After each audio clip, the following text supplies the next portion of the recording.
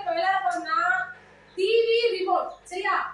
TV வந்து ரொம்ப volume கூடல, அப்ப ரிமோட் என்ன பண்ணும்? ஆஃப் பண்ணும் இல்லையா?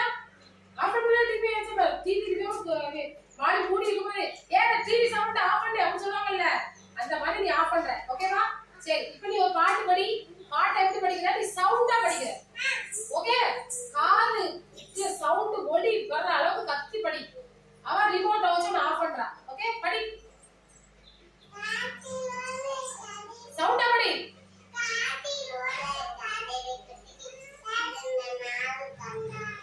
ரிமோட் எடுத்து வைக்கலாமே.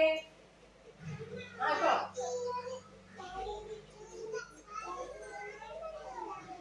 இங்க வைக்கலாமே. மஸ்படி